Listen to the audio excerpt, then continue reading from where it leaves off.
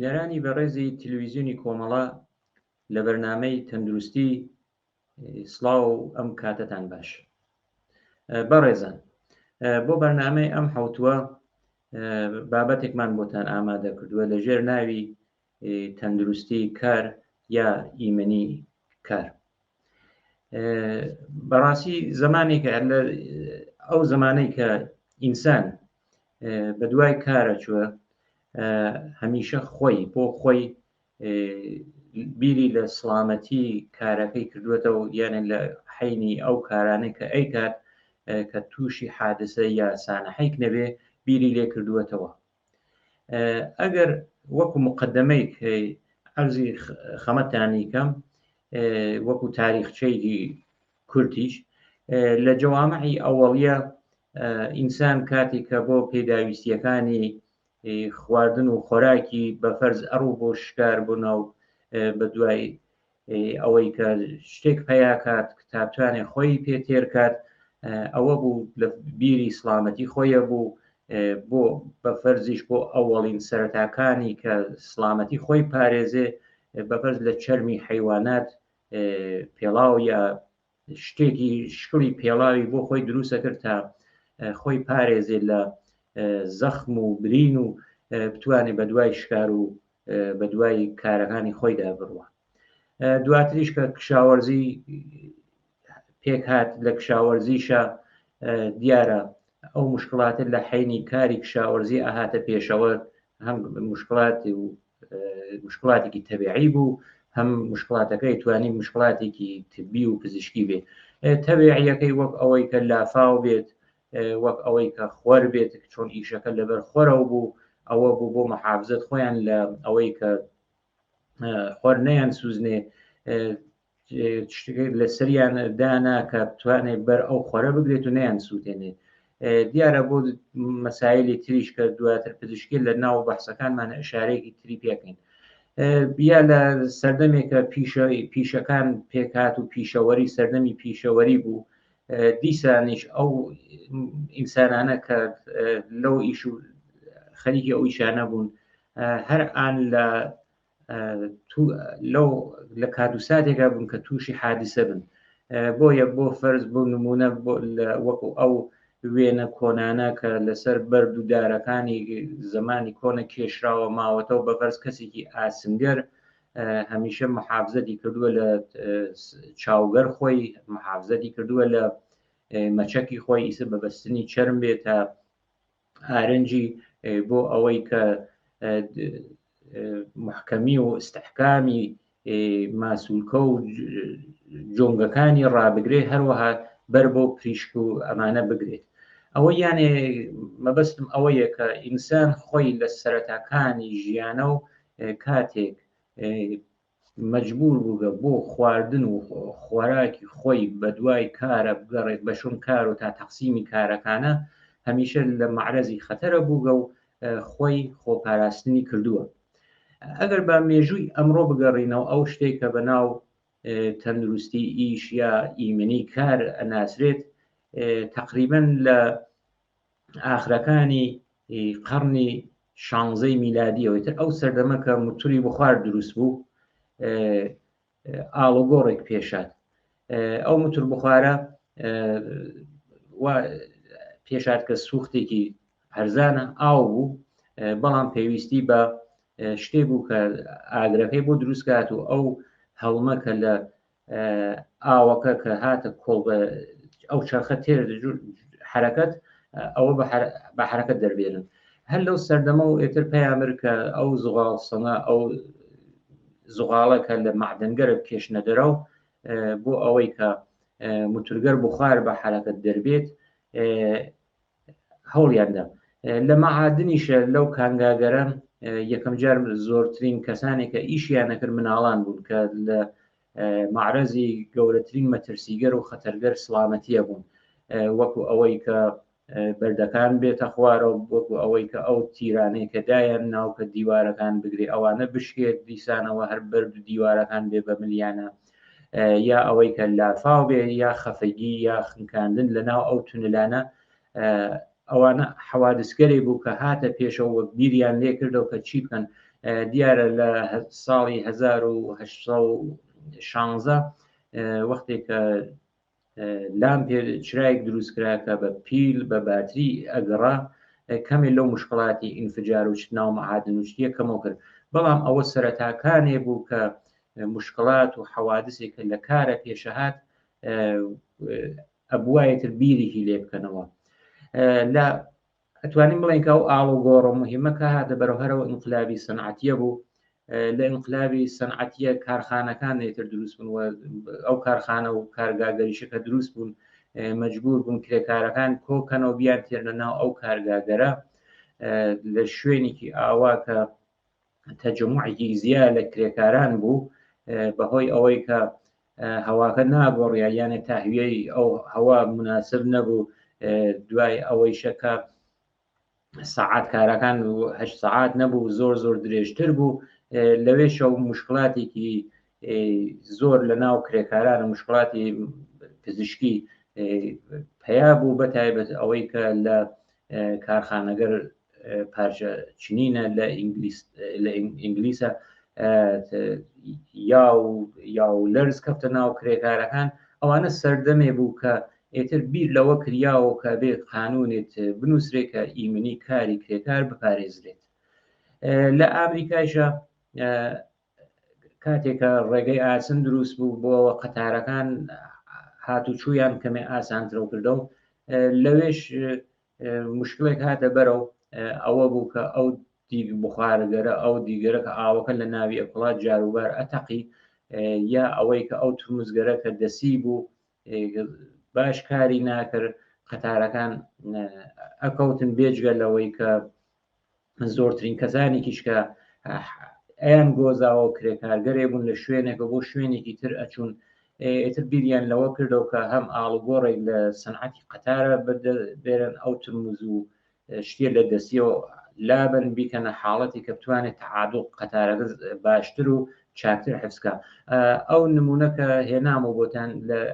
علمی ئیمڕۆی تەندروستی کارە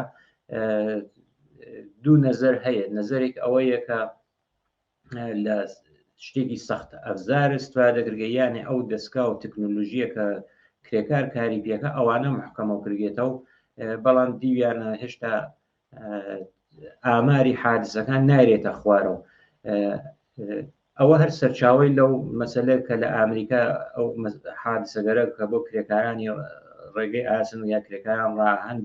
هاتە پێشەوە ئەوە بیرەکۆی لەوە کریا بەڵام ئەوەزەکە نەرم ئەفزاریش هەیە کە خۆیان بەناو نەرم ئەفزار نایەوەن ئیمەنی نەرم ئەفزار لە سەردەمی ئەمڕۆ ئەوەیە کە سەدحی ئاگاهی و زانینی ئەو کرێکارە نسبەت بە سڵامەتی خۆی بۆنە سەرەوە لە لای تریشە و کشاوەرزی لە حاڵەتی سنەتیە و بوو بە کشاوەرزیکی میکانیک لەوێشە هەر ئەو ئیمنیکارە لەوێ مەترح بوو ئەگەر لە کشاوەرزی سنەتیە نەخۆشینگەرێکی عفونی بەهۆی ئەوەی کە زەڕاتی لە ناو هەوا بوو کە هەڵیان ئەمژی یا ئەوەی کە لەگەڵ کودگەر حیوانیە سەر و کاریان بوو بەڵام لە سەردەمی ئەمڕۆ یان لەو کاتەو کە کشاوەرزیش یا زراعە بوو بە میکانیکی مشکڵێکی تر کە هاتە پێشەوە مشکڵی ئەوە بوو کە ئەو سەنگەرە کە بەناو ئافەت کوش مەشهورن ئەوانیشە خەتەراتێکی گیانیان بۆ کشاوەرزگەر پێکێنە ئەگەر ئێمە بین تعریفی کە ئەمڕۆ ئەیکەن لە ئیمنی ئشارەیەکی پێکەین ئیمنی یانێ ئەوەی کە زانست و هونەری بەرگریکردن لە حادسە یا ئەوەی کە زانینی ئەوەی کە ئەگەر حادسەیەک هاتە بەرەو چون لەو حادسە دەرچی چۆن خۆتی لێ پارێزیت ئەوە پێڵێن ئیمنی کار هەر ئەوەیە ئەو تەندروستی پیشەیشە ئەو تەندروستی حرفەیە دوو مەبەستی هەیە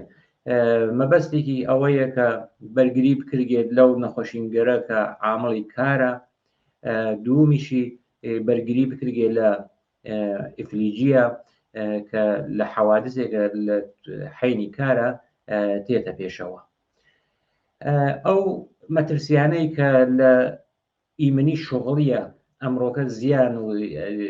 زۆرتر بەرچاوەکەفن یەکێکی ئەوەیە کە کەوتنە خوارەوەی ئەشیا و کەلوپەلە کە یەکێکی کەوتنە خوارەوەی کەسەکانە کە دیارە ئەو کرێکارانن کە لە ارتفاعگەرێکی سەرەوە کارەکەن ئیشەکەن لەوانەیە تر پیسی محیتی کارە وەکو ئەو ڕستورانەکان کە ئەتوانێت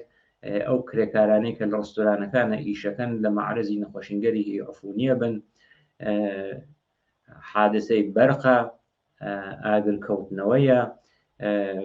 ئیشکردن لەگەڵ ماشینگەرێکی سەنگین و خەتەرناک و ماشینگەرێکی مکانیکی وەک پرس و سەنگ فرزگەرە یا مەوادی شیمیایی و سەمیە کە ئەمڕۆ بە زۆری لە شوێنی کارەکانە لە ئەکسەر سەنایع کاری پێکرێت و لە بەردەسە. سازمان جیهانی بێداشت ئەو ئامارەی کە ئێرائەی داگەر لە توا و کرێکارانی کە لە سەرحی دنیا هەن تەنیا 15% یانێ لە 15%یان دەستڕاستیانش بە ئەو خەدەماتێک کە بەناو ئیمنی کار و بەناو تەندروستی حرفەیی یا پیشەیی ئەناسکێت فقط 15% لە کولی کرێکارانی دنیا دەستڕاستیان هەیە بەوە کە باقی جیا لەو 15% ئەوانەی کە کرێکارگەری فەسڵین، کرێکارگەری مهاجرن، کرێکارگەری قەراردانین، کرێکارگەرێکن کە نینە ناو کارگاگەرە یا ئەگەریش من لە کارگاگەرێکی زۆر چکۆلەن ئەوانە شامڵی ئەو ئیمنیکارە ناون و زۆرترین حەوادثیش کە بەداخەوە ئەوێتە عامڵگەری وەکو ئفلیجی معلولیەت یا حتا مەرگی کەسەکان لە ئەو شوێنانن کە یا کارگایان یا کرێکارگەرێکی فەسڵی مهاجرن لە ناو ئەو بەشە حەوادثەکە زۆرترە. دیارە سازمان جیهانی بێداشت و سازمان جیهانی کار پێکەوە هەوڵیان ئەوەسە کە ئەو وڵاتگەرە کە عزوی ئەوانن بتوانن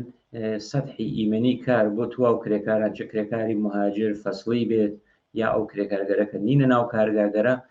بوونە سەرەوە و هەدەفی ژیانە وەسە کە بەرگریکەن لەو مەترسیگەر حرفەیە لەو مەترسیگەرە کە عامڵەکەی پیشەکانە دوای ئەوەیشە چاودێریکیان بێت بەسەر تەندروستی شوێنگەر کار و کرێکارە. دیارە قەتنامەیەکیشیان داوە دەرەوە بەناو قەتنامەی WHA ئەناسرێت کە ئێژێ تواو کرێکاران چ ئەوانە هانە کارگاگەر گەورە شکۆلە یا کرێکارگەر مهاجرن هەموو بتوانن شامڵی ئەو قوانین ئیمنیکارە بن. من داواکەم لە هاوڕێ هاوکارم بۆ ئیمنیکار لە وەزی ئەمڕۆوە تەسویرگەرێکی ئینفۆگرافیک کە سازمان جیهانی بێداشت حازری کردووە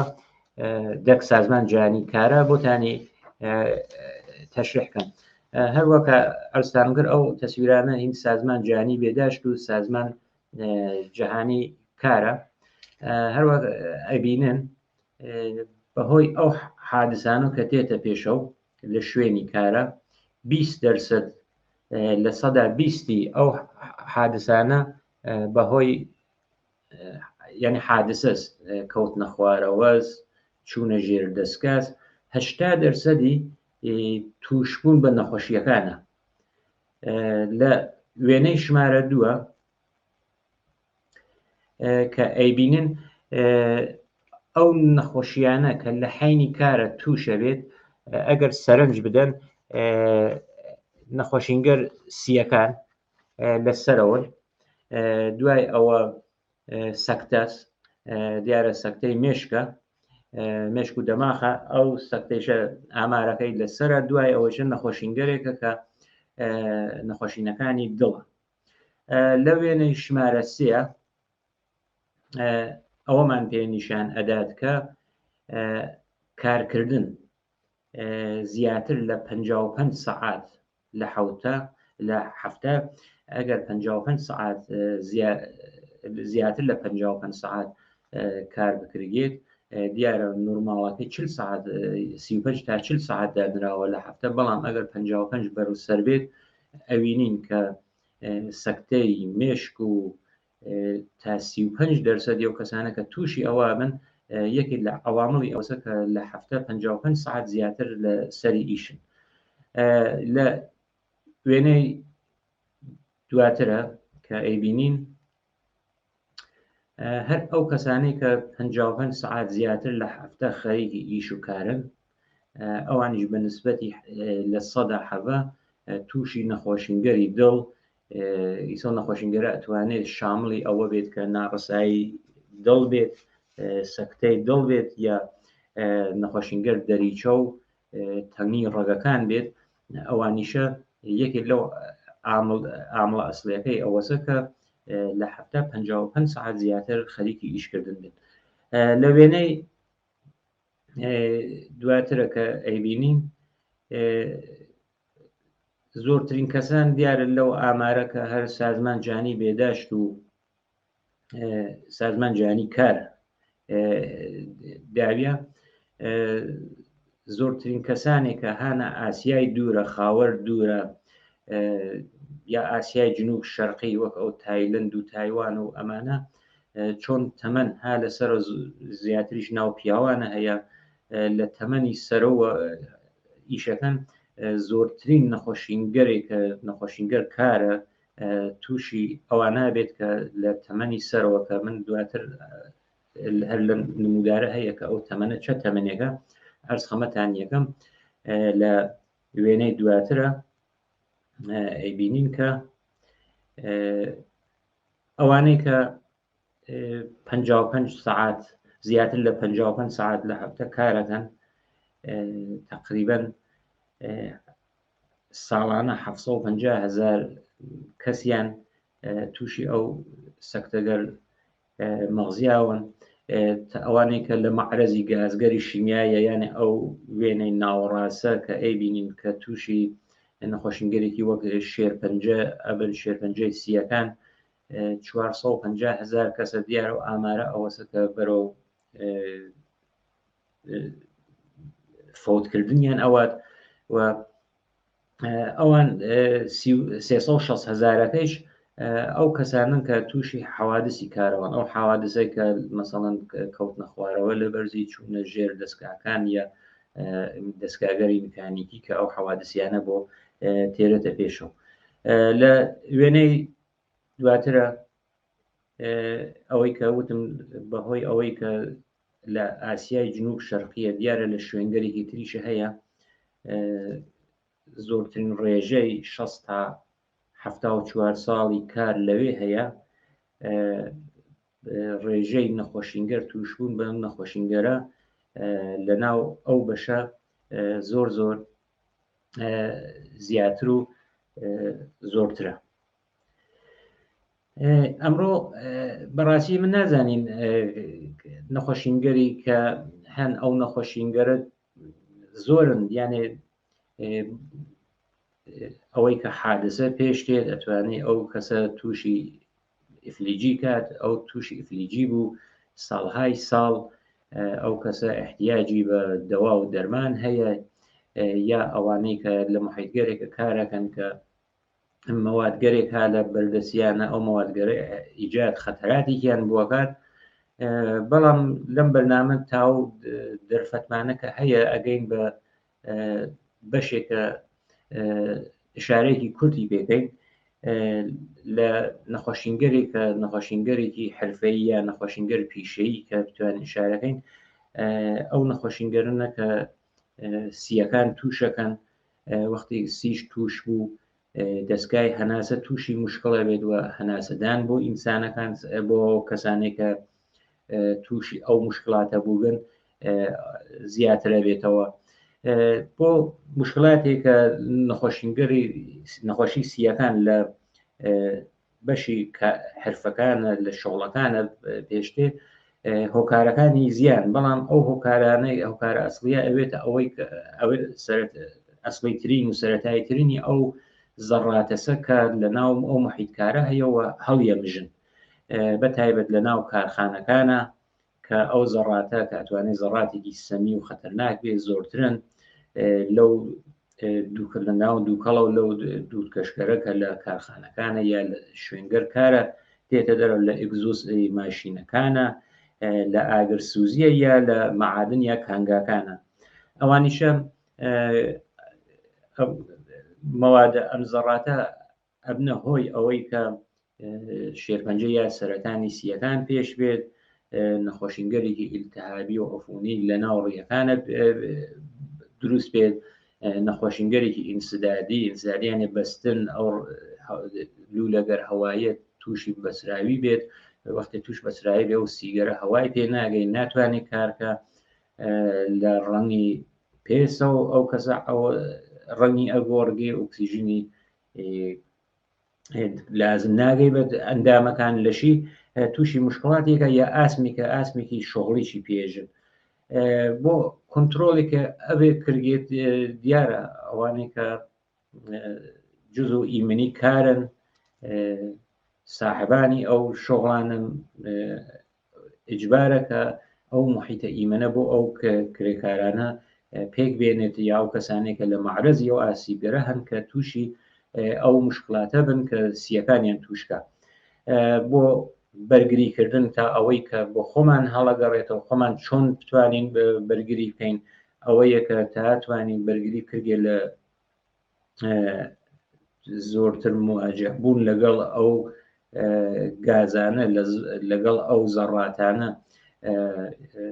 یانێ ئەبێ سەعات تەحتیاڵیەکان سەعات کاریەکان لە حەدی مناسبە گەل میزان سەمەکە ها لە سەرەوە بێتە خوارە و یا تەحتیاڵاتێک بێت لە بین ناو ڕۆژگەر هەفتە یا شیفتەکان کەمێک گۆڕگێت کە بتوانێت ئەو کەسە دوورتر بێ لەو خەتەراتە خواردن و مەصرف سۆزیجات و خواردنی مایعات و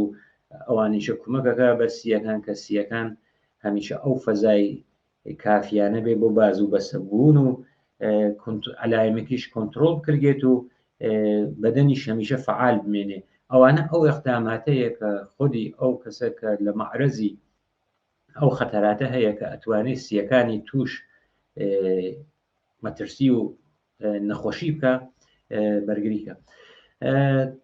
لە زمینەی تەندروستی پیشەیە ئێمە لە سەنعەتی ئەمڕۆ لە تواو سەنعەتەکانە سەرکارمان هەیە لەگەڵ مەوادگەرێک ئەو مەوادگەرە دیارە مەوادگەرێکی کارەکان تێپەڕنن کارەکان بەرەو باشی تێپەر بەڵام هەر ئەو مەوادانیشە ئەتوانن بنە تووشی گەورەترین خەتەرگەر بۆ بەدەن وەکو نەخۆشیەکان کە من لە هاوڕێ هاوکارم داواکەم وێنەی دواتر من تۆ نیشان بدە ئەمڕۆ لە سەر ئەو زیاتر لەو جعبە قوت و ئەوانەی کە ئەو مەوادە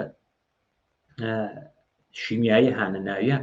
یەکی لەم علامەتگەرە ئەبینین یا چەندانە لەم علامەتگەرە پێکەوە ئەبینین ئەم علامەتگەرە وامان پێ نیشانەدا کە ئێمە ئەگەر مەوادی شیمیایی ئیسە لە ناو بەفەرز سافکاری یا نەقاشی ماشی ناڵاتە یا لە میکانیکیگە یا لە پیشەگەرترە ئەگەر ئەو علایمانەدی چەمان پێ نیشانات ئەگەر هاوڕێ هاوکارم یەکێک بڕنە پێشەوە ئەگەر ئەم علامەتمانە ئێمە دی ئەم علامەتە زۆرترین ئەو کەسانەی کە هانە بەشی خزمەت گوزاریەکانە لە بەشی پاکشکردنەوەکانە یا حتا لەبان مایعاتێکەوە کە لە ماڵە بۆ شۆردنی کاسە و کەوچکو استفادەی لێکردی ئەم علامەتە بینی ئەو علامەتە نیشانەی ئەوەسە کە ئەو مەوادە حاڵەتی سوزانندەی هەیە یعنی ئەگەر بەری دەست کەوێت یا بکەوێتە ناوچاو ئەو کەسە تووشی مشکلاکات و سوزانندە حتا ئەسەراتیشیان نەتوانێت ئەوە بێت لەبان ئاسن و فلیزاتی شەو تاسیرات خۆی بێ ئەوانە ئەرخەمەتانم کرد ئەو کەسانەی کە لە بەشی خزمەت گوزاریەکانن لە بەشی پاکشکردنەوەکەن احتماڵەن لەگەڵ مەوادێکە سەرکاریان بێت کە ئەو مەوادە ئەبێ ئاگایان لێبێ کە تەماس پەیانەکە لەگەڵ ئەعزای لەشیانە وەکو دەست یا چاو کە تووشی سوزیاییەنکە لە وێنەی دواترە کە ئێمە ئەیبینین ئەم علامەتێکە کە خەتەری 100% ئەو مادە هەیەی ئەتوانێت حاڵەتی تەماسی بێت یانێ کەوێتە قۆی لەشە یا ئەوەی کە هەڵمژێت ئەو کەسە تووشی نەخۆشی نەکات تووشی شێرپەنجەیەەکە بە تایبەت مەوادێک کە سەرەتانزان و احتماڵی هەیە مواجه بوون لەگەڵ ئەو مەوادە ئینسانەکان تووشی سەرەتانکە بەم علامەتە و نیشانە دەرگێت کە یەکێک لەو نیشانە خەتەرناکەکانە کە ئەبێ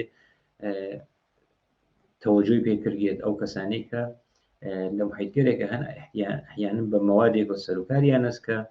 مەوادێکی شیمیایین مەخصوصەن ئەم مەوادە توانێت لەبان سیەکانەوە بە تایبەت سیەکانەوە شێرپەنجەی سیش پێک دێت لە وێنەی دواترمانەکە یەکێتر لەو علایمەسە ئەمێژە علایمەکە وەکو علامێکی خەتەر یا علامەت عەجەبدانراوە هەم ئەوەی پێژی کە ئەو مادەیەکی شیمیاییە مادەیەکی کیمیاییە و دوایەوەیشە خەتەراتی سڵامەتی هەیە لە وێنەی دواترە کەی بینین ئەوە یعنی ئەو مادە ئەگەر تێکەڵ بە ئاو بێت بۆ ئەو گیان لەبەرانی کە هانە ناو ئاوە بۆ ماسی زەرەری هەیە و تووشی مەرگیانەکات علایم علامەتگەر تریش هەن لەو علایم گەرت کە ماو وەکو علایمی ئەوەی کە مەوادی کە منفەجر بن ئەگەر هاوڕێ هاوکارم نیشانیان بات ئەوانیش ئەوە علامەت سەمی بوونە ئەو مادەی کە هاننا ئەو بەسە ئەو مادە سەمیە ئەوە توانێت لەبان ئەو گۆنیگەریشە یا لە ناو ئەو لەسەر ئەو سەتڵانە کە کودگەر شیمیاییش بۆ کارێک کشاوەرزی استفادەکرێت ئەو علامەتە بێت کە نیشانەی سەمی بوون ئەو مادەسە لەو علایمگەری تریش هەست وەکو ئەوەی کە خەتەری تەقینەوەی هەیە کە یەک لەحظە وێنەکەی هات ئەوە مەوادێکە کە ئەبێ ئاگادار یا زەربیان بەرنەکەوێت یا لە نزیکی ئاگرە نەبن ئەوانە توانێت تووشی تەقینەوە بن و مشکڵاتی بۆ ئەو کەسانەی کە لەو شوێنە کارەکەن پێک بێنێ یا علایمێتر لە کل لە وەکو قانونێکی ئیمنی کار ئەو قانونەسە کە شوێنی کار ئەو شوێنە کە کرێکارگەر لەوێ کارەکەن ئەو شوێنە ناوێ وەکو ئەمبار وەکو مەغزەن استفادەی لێ بکرگێ ئەوەیە کە ئەبێ ئەو مەوادە دوورە بخرێنەوە زۆربەی ئەو مەوادیشانە کە لە کارگەری سەنعەتی استفادەی لێ کردێت ئەم علامەت یەکێک لەم علامەتگەری یا چەندانە لەم علامەتگەریە پێکەوە هەیە دیارە بۆ ئیمنیگەری شغڵی زۆرن ئەگەر حرفەکان یەک بە یەک ئەبێ یەک بە یەک بەڕەسی کردن لە هەر حرفەیەک چه خەتەر و چە مەترسیەکی هەیە بەڵام ئەم ڕۆژانەی کە ئێمە خەوەرەکان ئەگەر دنباڵکەین زۆربەی کەسان لە بەرزیوە کەونە خوارە و لەو بەرزی کەوتنە خوارەوەیشە ئەو کەسان دیارە ئەبێ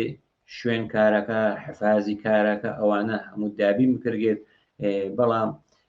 هوشیاری ئەو یەک نەفەریشە کە لەو شوێنە کە ئەڕواتە بێسراوە ئەو شوێنە خز نەبێت تەڕ نەبێت بە ئەو مەوادەکە ها لە مەوادی کارە وەکو ڕۆنە یا شتێکی ترە ئەو کەفە خز نەبێت بۆ ئەوەی کە پای خویسکە یا بکەوێت ئەوانە ئەتوانێت کە بە خۆپاراستنی ئەو کەسانیشە بتوانن بەر بۆ مشکڵاتە بگرن دیارە ئەوەی کە وتم بە من شارم کرد زۆر زۆر گۆشەیەکی فرەکەمە لەو مشکڵاتی کە لە ناو کارە هەیە بەڵام ئیمنی کار وەکو لە ئەو سەرەتای بەرنامەکانی شەوتمان تەنیا شامەڵی 15% لە کرێکارانی تواو دنیا ئەبێت، بەڵام ئەو